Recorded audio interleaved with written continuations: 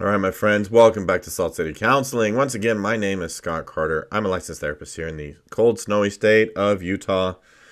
Winter just keeps marching on. It is March. We're going on mid-March, and winter keeps marching on. Winter right now is acting like that guy at the party who keeps knocking back drinks, even though the whole thing is obviously wrapping up. And you're like, come on, man, read the room, you know? Anyways, in this video, I'm going to talk about something that I just keep surfacing. I keep hearing this a lot. I keep seeing it a lot online. People asking, why am I so unhappy? Why am I so lost? Why do I feel lost in life? Why am I so unhappy? And a lot of people will also kind of frame this question about themselves in the context of, what's wrong with me? What is wrong with me?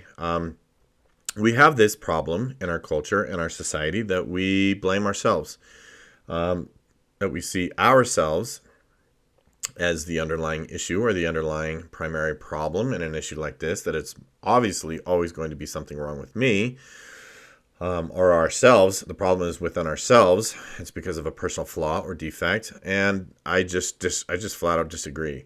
Day in and day out, I see people that they think there's something wrong with them. And I think that they are a product of their environment. I think they are just responding maladaptively to a flawed, broken way of living. A lot of us act like this is normal or assume that this is normal, that how we are living in our modern day is how people are supposed to live. And it's not. I'm absolutely certain of that. The healthier I get, personally, I do my own work. I'm always doing my own work. Not trying to brag. I'm just trying to say, like, I can offer this advice because I've been there and I've done that. I've walked my own mile, man.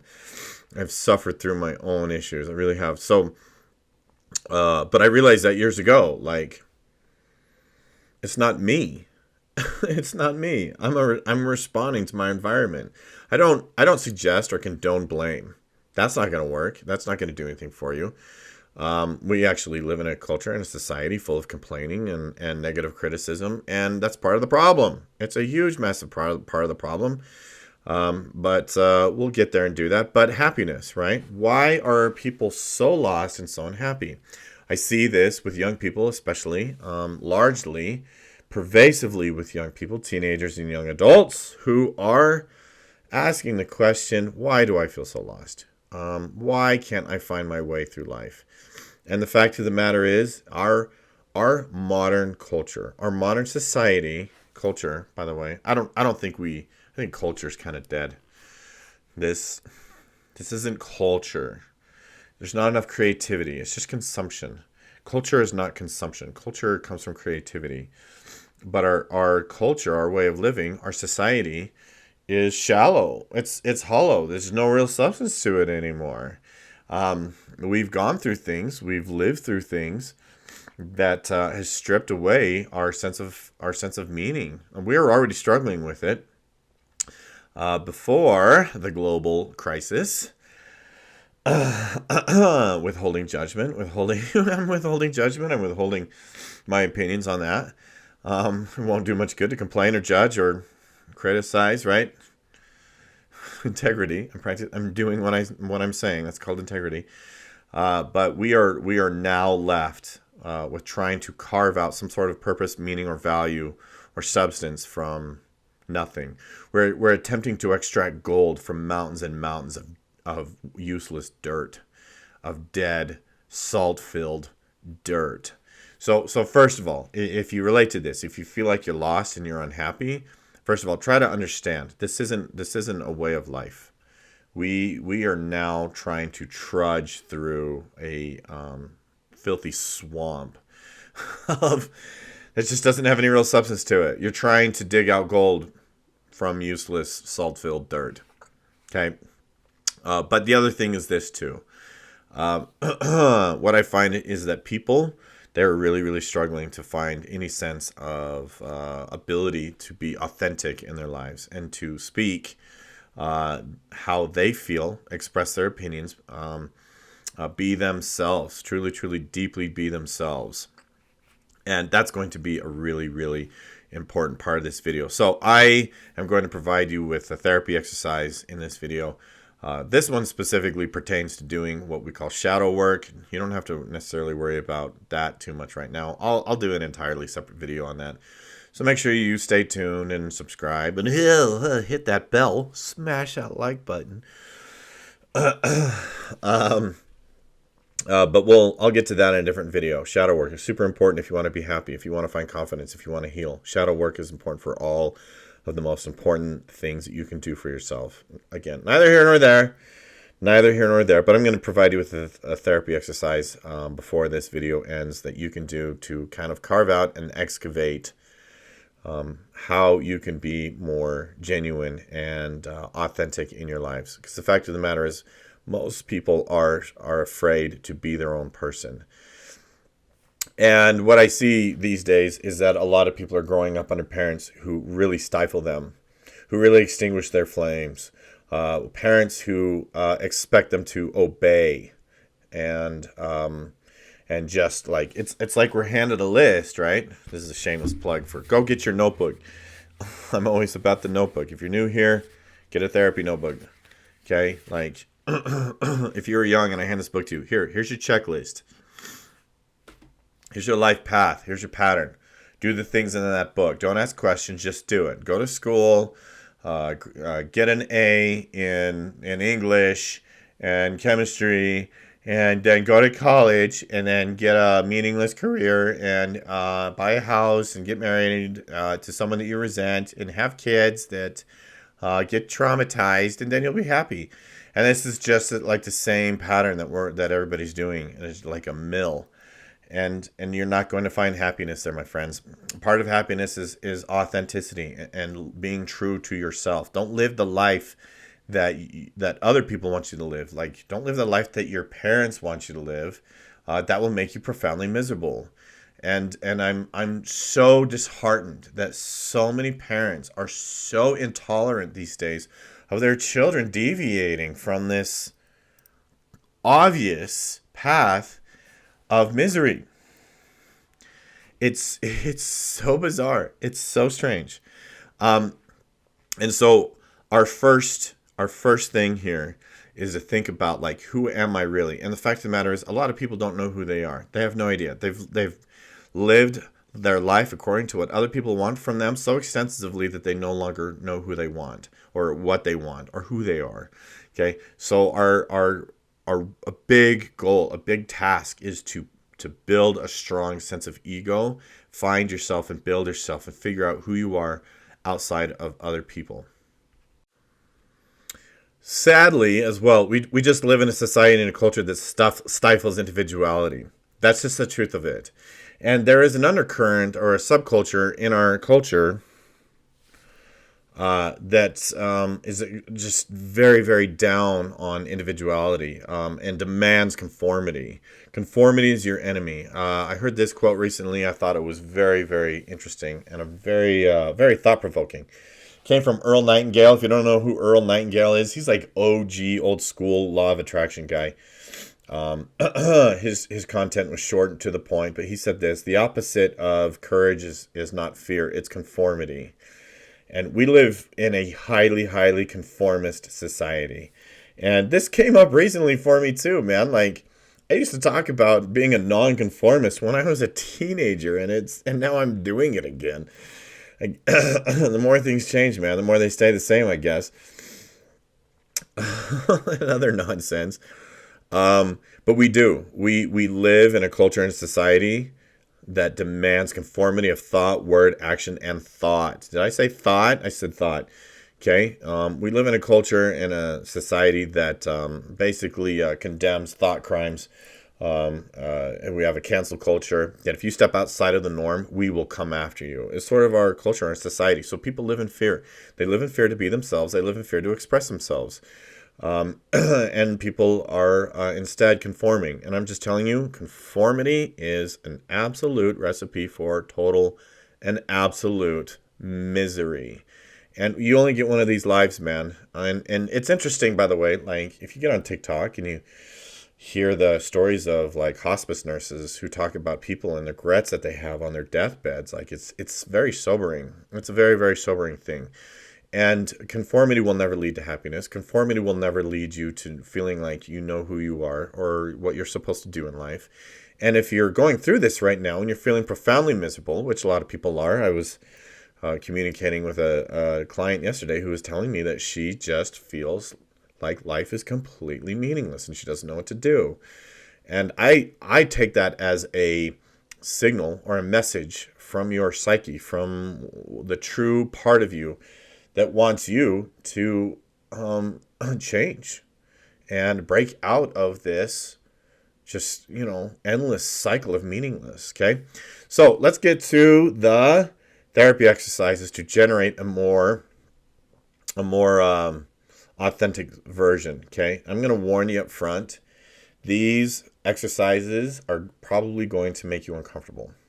It's going to bring up a lot of emotional discomfort, and it's supposed to. Okay. We do ourselves zero favors by avoiding anything that is emotionally uncomfortable. We live in a culture and a society that supports this, right? Trigger warnings, safe spaces, don't clap or whatever, right? That that promotes this sense that you're going to be happy and healthy if you avoid anything that's difficult and uncomfortable. It's a filthy, dirty, horrible, insidious lie. So I'm just warning you up front, these exercises are probably going to make you uncomfortable. It's best to process them maybe with a therapist or someone that you really trust, someone that you're really close to, someone that you know that's really geared towards personal growth and self-improvement on their own as well. All of that being said as well, I also offer therapy and coaching. I'm not able to provide therapy across state lines. However, my new website does kind of cover some life and wellness coaching options that I'm providing for people outside of the state. There's a difference between coaching and therapy. I won't get into it right now. Okay, so let's get into these exercises. Okay, journal prompt therapy exercise number 1. Okay, we're going to call this one, what do I do for other people instead of myself? Okay, I want you to make a comprehensive list as much as you can. Make it as exhaustive as you can. Think about it, revisit it, make it a living document. It doesn't have to be done all in one sitting. Do it over the course of a couple of weeks or whatever. Let it flow, man. Just follow your gut, follow your intuition. Let it unfold the way that it wants to. Trust yourself a little bit, okay? Don't think that I'm saying that, hey, here are your lanes, here's your box, stay within your box. This is your journey. This is your freedom. This is your opportunity to start exploring what makes you tick, which is important, okay? Start making a comprehensive and exhaustive list of the things, the decisions in life, past, present, and whatever, that you do for other people instead of yourself. And a lot of these can be tough because a lot of us, we make big committed decisions for other people. And the big one in my life, which I've been really salty about, I went on a religious mission. If you're familiar with the state of Utah and you know the religion that pervades here, you know exactly what I'm talking about. I did that, and I did it against my will. I did it for somebody else instead of myself, and I've resented it ever since. I'm 44 years old, right? It's more than 25 years ago now. So, well, almost 25. Hard to believe. But make this list. Write down the things, right, that I do for other people, then not myself. What life decisions do you make for yourself instead of other people? Okay, that's number 1. Okay, number 2. This is a therapy exercise. This is going to be a journal prompt that's going to help you kind of confront your fear a little bit. Okay, we're going to call this one. Let's see. How am I going to word this? What fears do I have around being more authentic and living my life for me? Okay, what is my fear? Okay, so a lot of time what I notice with people is that, like, if I try to encourage them to be more authentic and make their own decisions and live for them, they're afraid. They're afraid to go against or betray or deviate from the path that has been handed to them and demanded on them. And I often ask them, what are you afraid will actually happen if you do that? And they generally can't give me a really good answer. It's just that there's an emotion there. And we naturally have a tendency to notice that emotion and go in the opposite direction. But that emotion is not always true, accurate, or helpful. Right? In fact, a lot of times, especially in our modern culture, it works against us. In fact, I'm a big proponent of the idea that there are certain individuals who are psychopathic. I know that's a big word. And use fear against us in order to control us. Narcissists do this too. And I believe that narcissism is far more common than a lot of people want to think that it is. But whatever. That's neither here nor there.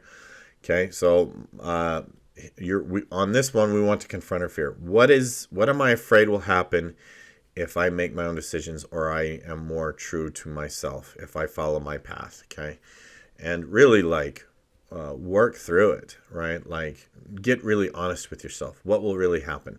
And make sure you write it down. Writing it down is absolutely vital. It's absolutely essential. I mean that. This is the one thing that I'm absolutely adamant about, is writing it down, okay?